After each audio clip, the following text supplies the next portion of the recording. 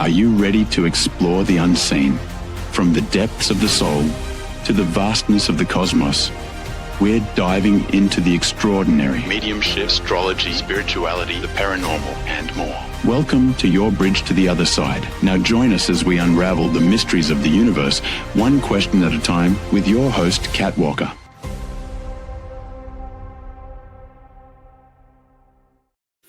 Hello, beautiful spirits. Bettina, Norman, and I are back. I'm Kat Walker. I'm psychic medium, mystic, and bridge builder between worlds. And so welcome to your bridge to the other side, where we explore the seen, the unseen, and everything in between, and a lot of woo-woo stuff. We have had Bettina and Norman with us the last few episodes, and the last episode, she actually did a Akashic record reading for me. And I'm still a little dizzy from that. But let me tell you a little bit about Bettina. Bettina has been a master Akashic record reader for a very long time. She's also a seeker of knowledge and a mystic teacher, a visionary, and she's dedicated to guiding others through the shadows into their own light.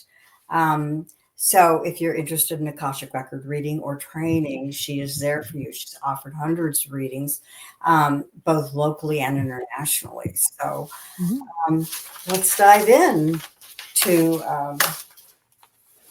the next episode here. Sounds good. So, Bettina, were you surprised by anything that came out of my records? I'm sorry, say that again. You surprised anything that came out of my Akashic records? I know you. Not at all. Not at all. Not at all. You're very. I mean, it was just for the people who watched it. It was a mini reading. Okay, so usually when we have more time, we get much more in depth of or into the records of someone. Right. So. Right. But it's how long, if you were to give a full reading to somebody, how long would that generally take? I would recommend at least 30 minutes to get all the questions answered. If somebody has a lot of questions or if somebody has really wants to dive deep, I would say an hour. Okay. So I wanted to talk about some of the ethical considerations that a practitioner keeps in mind when they're reading for others. Okay. So when I took the class, this is actually something, this is a segment we're going through usually, and we're being taught about ethics. So what we're being taught with the Akashic Records is that, first of all, the reading is not about us, it's about the client. And we need to get our own ego out of the reading. So what that means is, if someone came to us, and I've had that in the past, where a woman, for example, was going through a divorce, and the woman in me obviously wants to tell her, do this and do that, and leave him, leave your husband. But, we have to make sure that this is not our ego telling them what we think they want to hear. We have to make sure that all this comes from spirit. And so before we say something, I was taught to go back into the records and say, is this really what I'm hearing? Okay. Because maybe she's not supposed to leave her husband. Maybe this is a soul contract they had where they need to work things out, and maybe they will work it out. Not every time people have problems it ends in divorce. So it's not about what I would be doing or I would recommend. It's what spirit has for them, and we have to make sure it's not our ego telling them, what we think they should do or what we think they want to hear. It's purely what spirit has. If that makes sense, and that's different. Okay. Have you ever received information from the records that surprised or challenged you? Not surprised, because really anything is possible. But it has challenged me in a way where, people ask really deep questions. They ask, will I ever be pregnant? Will I ever have my own child? I'm going through cancer. Will I ever be healthy again? So those are very challenging questions. And that's where ethic really matters, where when you hear the information, you have to make sure to bring it to the people as positive as possible, and I'm not saying there are bad answers. They're just sometimes answers that people don't want to hear. So Absolutely. that's the challenge.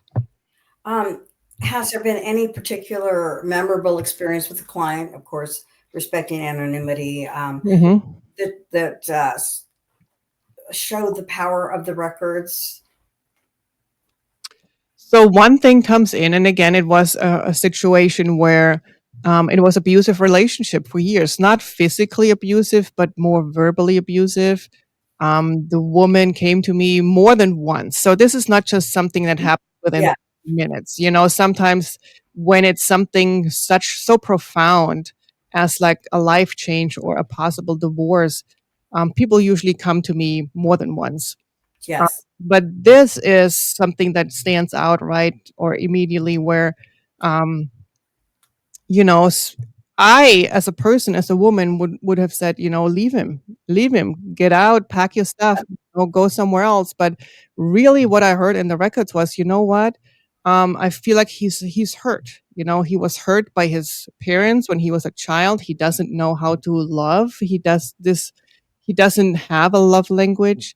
Um, the verbal abuse may be something you want to take a look at, and if you're strong enough, maybe you guys can heal from it. And you know what? She's still in contact with me and they have a really good marriage now. It took a while. It took a while to get over that. And it took really everything on her end to make this tough decision whether to leave or stay. But she decided to stay because deep down she felt like this was her path and they worked it out. And she became a healer, a Reiki healer, and she now heals his past lives, past lifetime trauma, his childhood trauma, and they're doing better. They're doing well. That's great. So Yeah, it really can make an impact. it And can, absolutely. you let yourself step outside your own feelings and let spirit guide Oh, what yeah. was supposed to be. You have to, yes, absolutely. How has accessing the records changed your own spiritual practice or worldview? So I do see everything on that's a good question because I'm able to separate between human behavior, our 3D behavior, and who we are on a soul level. Because on a soul level, we're all perfect and we're all divine and we're all love. Hmm. But we're all here in this body having a 3D experience. And our 3D experience, sometimes we don't always do nice things to other people. It can kind of be sucky. Yeah. And so what this helped me understand is that when somebody is mean to me or something happens to me, it's like I don't take it personally. I just know their soul is perfect and loving. And maybe that's just, the experience that they're having. It's the experience that maybe I signed up for. And so I'm able to separate between, their human experience and who they are on a soul level, their divine being. That's so interesting. Mhm. I can really relate to that. Yeah. Um, if you think the records in general could give humanity one message right now, what do you think it would be? Is that Love. a possibility? It is a possibility. And what I'm getting right now is like love. And everything is life does not happen to you. It's happening for you. And it's really all about perspective, you That's know? really profound. Say that Yeah. again.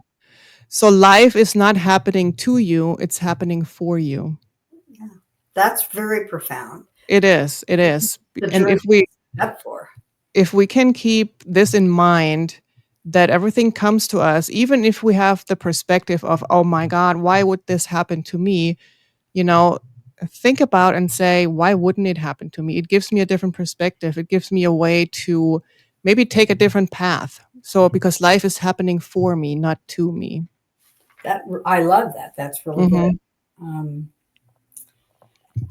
how do you think the Akashic Records can be integrated into modern spiritual work, like healing or coaching, shadow work? What you just said to me was very profound. So I Yeah. can take that and run with that.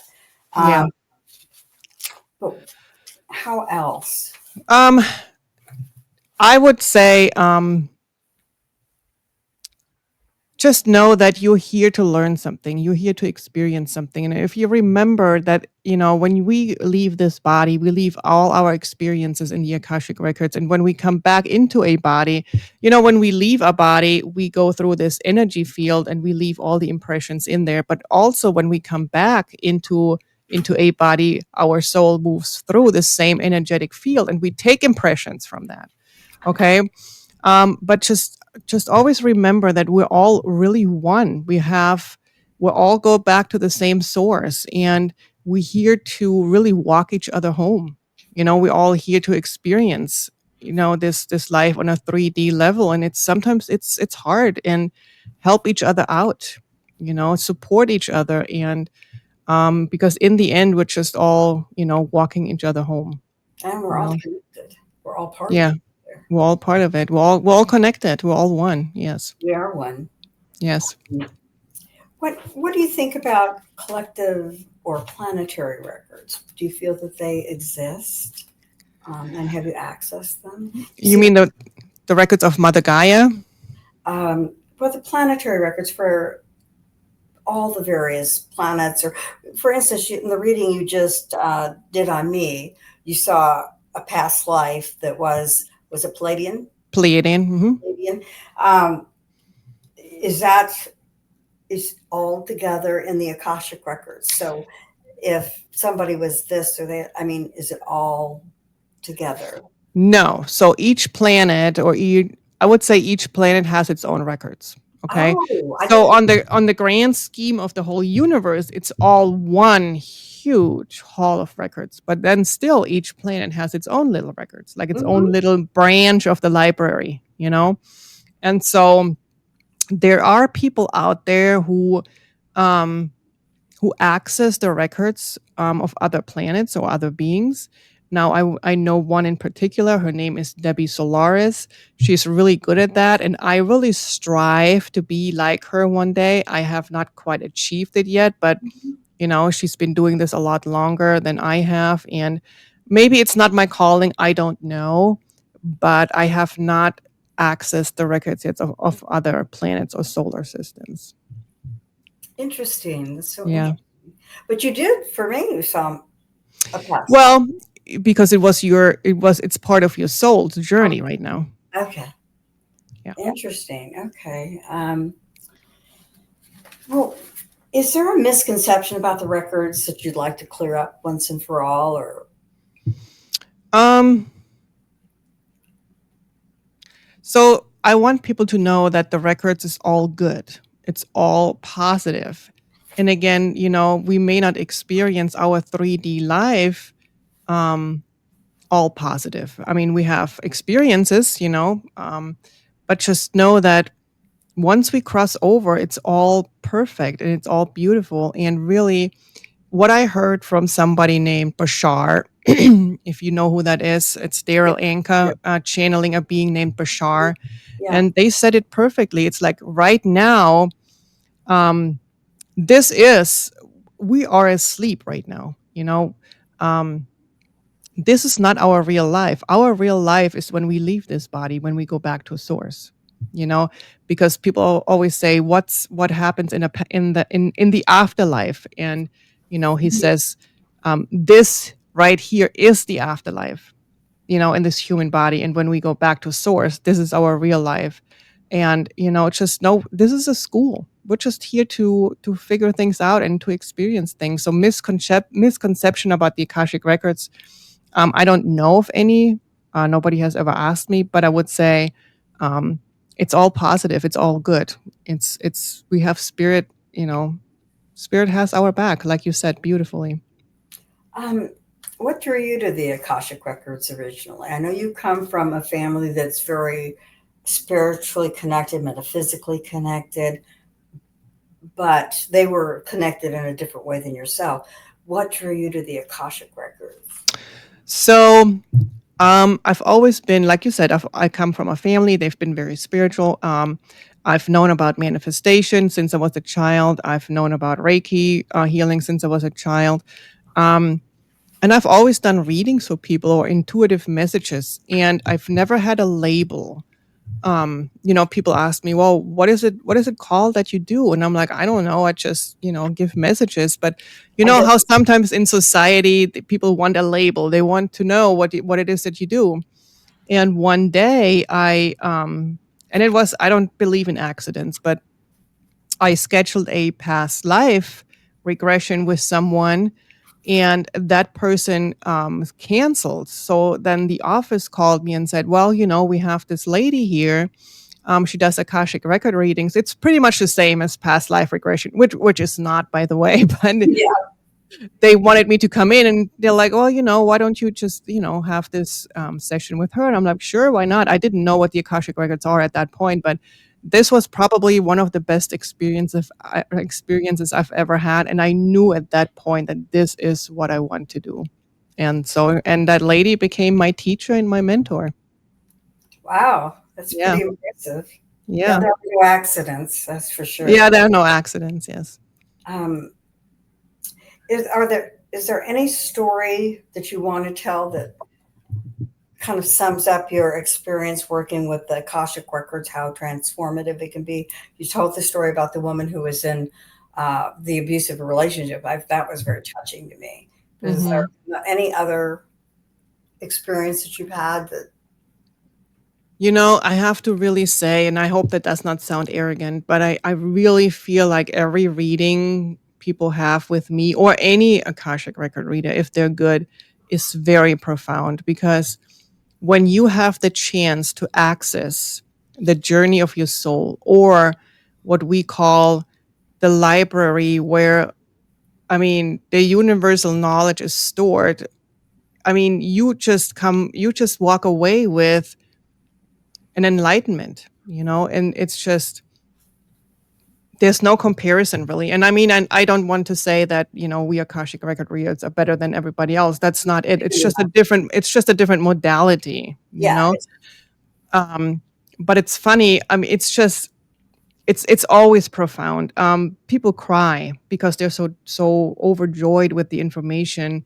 I've literally changed people's lives in a good way. And um one thing one of my students just said to me the other day, and it was actually last week. She came up to me when I saw her at the event that we were both working at. mhm. Um, she said, Bettina, I just need to ask you, I've done maybe now 10 readings after the class with you, and each reading was so profound. It was like earth shattering. Is it always going to be like that? And I said, yes, it's always going to be like that. So Wow, it's just very, the knowledge that we have access to is just so vast. It's hard to comprehend sometimes what we're able to tap into. So, it's you know, amazing. yeah. It really is amazing. Hmm. I know I enjoyed my reading, and it made a lot of sense, and it touched me a lot too. And we just a little bit, With so just a little bit, yeah. yeah. Um, well, maybe this is a good time to end this conversation. It's a big topic. You really Hmm. opened my eyes to a lot of things. Thank you so much, Bettina, for Thank sharing you. so openly, um, and listening and walking down this path with us, and walking me through the path for everybody to see as well.